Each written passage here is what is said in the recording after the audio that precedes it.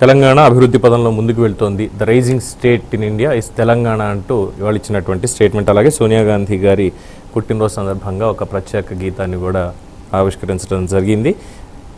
So విగ్రహానికి సంబంధించిన దాని మీదే సతీష్ గారు సో చూశారు, వారు ఈ సంవత్సరంలో ఏం చేశారు అన్నటువంటి దానికి సమాధానాలు వాళ్ళ దగ్గర ఉన్నాయి, మరి మీ దగ్గర కూడా ఉన్నాయి.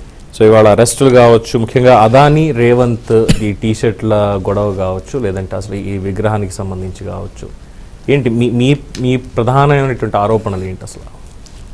వాళ్ళ లేజర్ షో చూస్తే నవ్వొస్తూ ఉంది. ఇలా ప్రజలందరూ కూడా నవ్వుకుంటారు. వాళ్ళు చేసింది ఏముందో అర్థం కాక వాళ్ళు వేసిన చిహ్నాలు కూడా మనం చూసినాం.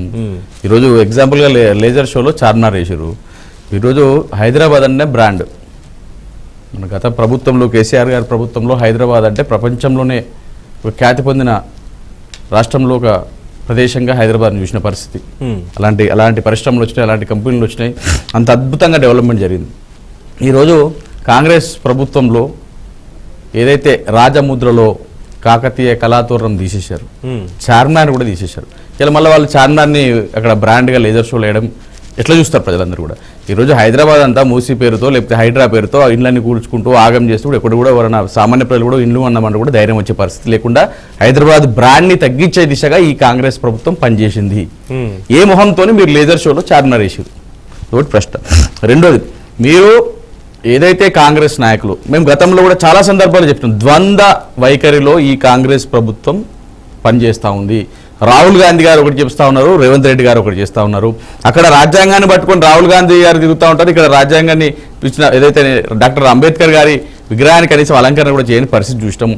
ఏదైతే పార్టీ మారితే పదవికి రాజీనామా చేసి రావాలని రాహుల్ గాంధీ గారు ప్రపంచమంతా తిరుక్కుంటూ చెప్తా ఉన్నారు, దేశమంతా తిరుక్కుంటూ చెప్తా ఉన్నారు.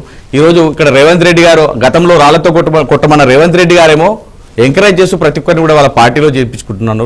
రాజీనామా చేపించకుండా ఇలా చేయడం ఎంతవరకు కరెక్టో వాళ్ళు సమాధానం చెప్పాల్సిన అవసరం ఉంది.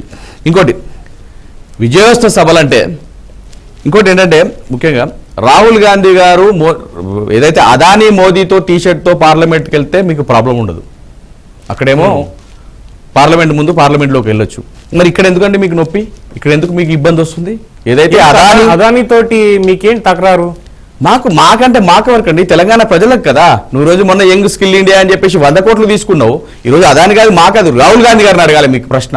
ఎగ్జాక్ట్లీ. ఇప్పుడు ఎలా చేశారంటే రాజకీయాన్ని పైన బీజేపీ చేస్తున్నటువంటి దానికి సరే ఎలాగో దానికి మనం వెంకటరెడ్డి గారు సమాధానం చెప్తాం. ఒక విషయం, ఈరోజు తెలంగాణలో మనం విజయోత్సవ సభలంటే గతంలో మనం ఏం చూస్తాం తెలుసా? తెలంగాణ సంస్కృతి సాంప్రదాయాలు ఉట్టిపడలేగా తెలంగాణ ధూమ్ధాములు, తెలంగాణ ఆడబిడ్డల బతుకమ్మ ఆట పాటలు చూసినాము. కానీ ఈ రోజు ఈ కాంగ్రెస్ పాలనలో కాంగ్రెస్ విజయోత్సవాలు ఎలా ఉన్నాయి? ఓకే అని అంటివా, ఓయోకు రమ్మంటివా అనే పాటలు వేస్తా ఉన్నారు. అంటే ఎక్కడికి పోతుంది ఈ సంస్కృతి? ఎక్కడదండి? ఈరోజు మీరు పవన్ గారు, మీరు తెలంగాణ వ్యక్తిగా ఈరోజు తెలంగాణలో ఇప్పుడు ప్రతి ఒక్కరు కూడా తెలంగాణలో తెలంగాణ ధూమ్ధాములు చూసినాం, తెలంగాణ చరిత్ర ఉట్టిపడలేగా పాటలు చూసినాం, తెలంగాణ కళాకారుల ఆటలు పాటలు చూసినాం. ఎంత గొప్పగా మన తెలంగాణ సంస్కృతిని, తెలంగాణ బిడ్డల యొక్క వాళ్ళ యొక్క మతాలను, కులాలను చూపెట్టే దిశ కానీ, వాళ్ళ యొక్క పనితనాన్ని చూపెట్టే దిశ కానీ ఎన్నో రకాలుగా సంస్కృతికి సంబంధించిన పాటలు మన తెలంగాణ యాస భాషలు చూపించిన మీ రాజకీయ నాయకుల గురించి ఎక్కువ మాట్లాడకూడదు. ఎందుకంటే ఎవరికి ఎలివేషన్లు ఇచ్చే ఎలివేషన్ అంటే ప్రపంచంలో నేను పుట్టినప్పటి నుంచి ఇప్పటి వరకు కూడా ఏ రోజు కూడా ఈ తెలంగాణలో ఓకే అని అంటే రమ్మంటే కానే కాదు. ఈ రోజు ఈ తెలంగాణ సంస్కృతి అది కానే కాదు, ఇది ఆంధ్ర సంస్కృతి. ఆంధ్ర నుంచి అలా ఎలా అంటారు? అక్కడ వాళ్ళు ఎంకరేజ్ చేస్తారు. ఏదైతే ఎలాగా ఇప్పుడు ఆ పాట ఏదో వాళ్ళు వచ్చింది అన్నదానికి మీరు ఇంకొక రాష్ట్రాన్ని అలా అన్నాం. నేను రాష్ట్రాన్ని అంటే అక్కడ సంస్కృతి, అక్కడ పాటలు ఎక్కడన్నా సరే ఇక్కడ మన తెలంగాణ రాష్ట్రంలో పాయింట్ లో ఇంకా వచ్చేసరికి ఇందాక మీరు రాజముద్ర అన్నారు, రాజముద్రలో దాన్ని కాకతీయ కళాతోరణం ఇది అన్నారు. అక్కడ ఏదైతే ఈ అమరవీరుల స్తూపాన్నే కదా దాంట్లో పెట్టిందంటే తెలంగాణ ఏర్పడింది అసలు ముందు ఆ అమరవీరుల త్యాగం వల్ల కదా. మరి దాన్ని ఎందుకు యాక్సెప్ట్ చేయలేదు? ఈ రోజు తెలంగాణకు ముఖ్యంగా హైదరాబాద్ అనేది నిలబడింది. హైదరాబాద్ అనేది ప్రథమంగా ఎక్కడ చూసినా బెంగళూరు, బాంబే, హైదరాబాద్, ఈ రోజు రాష్ట్రం, దేశం అంతా కూడా, ప్రపంచం అంతా కూడా హైదరాబాద్ అంటే ఒక బ్రాండ్ ఇమేజ్ ఉంది. ఆ బ్రాండ్ ని తగ్గించే దిశగా కదా ఆయన తీసేసి. ఎలా రాజముద్ర అంటే రాజముద్రలో హైదరాబాద్ కండి తెలంగాణ. ఈరోజు తెలంగాణలో హైదరాబాద్ మెయిన్ సిటీ ఈరోజు హైదరాబాద్ మీదనే ఆధారపడి నడుస్తూ ఉంటుంది. ఇప్పుడు ఎక్కడెక్కడో ఊళ్ళ నుంచో డిస్ట్రిక్ట్ నుంచో దేశం నుంచో వేరే ఇతర దేశాల నుంచి కానీ ఇతర రాష్ట్రాల నుంచి ఎక్కడ బతుకుతా ఉన్నారు. ఈ రోజు విశ్లేషణ బానే ఉంది. కరోనా టైంలో కూడా వినండి ఒక విషయం, కరోనా టైంలో కూడా ప్రతి ఒక్కరికి మన రాష్ట్ర ప్రజలే కాదు, ఆంధ్ర నుంచి కానీ ఇంకో రాష్ట్రం నుంచి కానీ పక్క దేశాల నుంచి ప్రతి ఒక్కరికి నీడనిచ్చింది, తిండి పెట్టింది ఈరోజు మన హైదరాబాద్, మన రాష్ట్రం. అలాంటి హైదరాబాద్ బ్రాండ్ అంబాసిడర్ చార్మినార్ లాంటి దాన్ని తీసేయడం ఎంతవరకు సమంజసం అండి?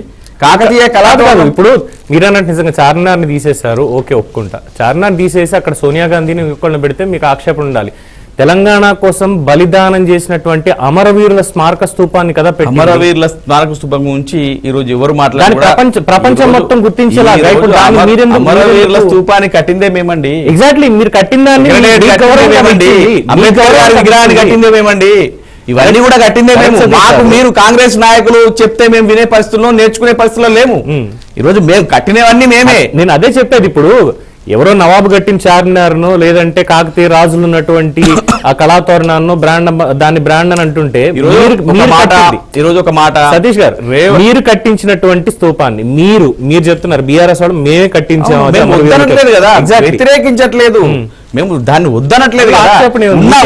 ఉన్నదాన్ని తీసివేయడం ఎంతవరకు ధర్మము అని మేము అడుగుతా ఉన్నాం.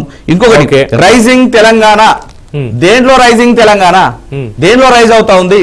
చేనేత అన్నలు ఈరోజు ఉరేసుకొని చచ్చిపోతా ఉన్నారు, అందులో రైజ్ అవుతా ఉందా? దేంట్లో రుణమాఫీ లేక రోడ్ల మీదకి వచ్చిర్రు, ఏది రైజింగ్ తెలంగాణ? మూసి పేరుతో హైదరాబాద్తో ఇళ్ళని కూలుస్తూ ఉన్నావు, ఎక్కడ రైజింగ్ తెలంగాణ?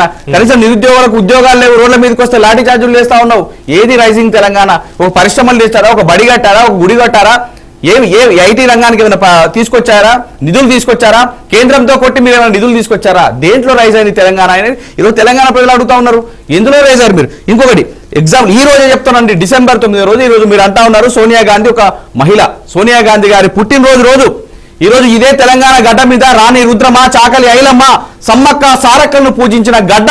ఈ గడ్డ మీద మన తెలంగాణ ఆశా వర్కర్లు, ఆడబిడ్డలను ఎంత అధ్వానమైన పరిస్థితిలో ఎంత అవమానిస్తా ఉన్నారు, గుంజుకెళ్తా ఉన్నారు, చీరలు లాగుతూ వ్యాన్ లో కుక్కుతా ఉంటే ఈ సమాజం చూస్తా ఉంది.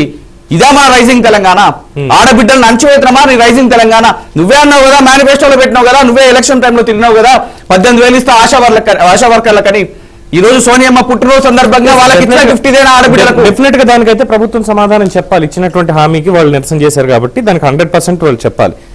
సరే, ఒకసారి వెంకటరెడ్డి గారితో మాట్లాడదాం. వెంకటరెడ్డి గారు నమస్కారం.